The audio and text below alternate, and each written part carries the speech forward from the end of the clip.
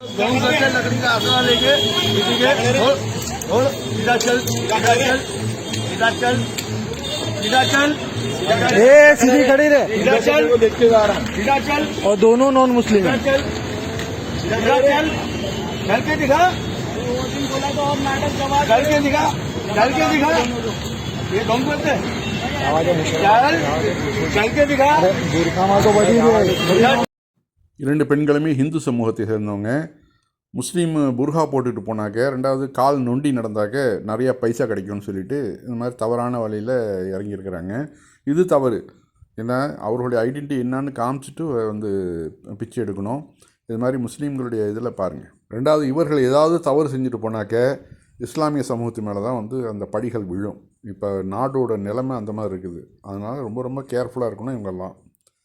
இது மாதிரியான ஆட்கள் வந்தாக்க உடனே வந்து வார்ன் பண்ணி அவங்கள அனுப்புங்க.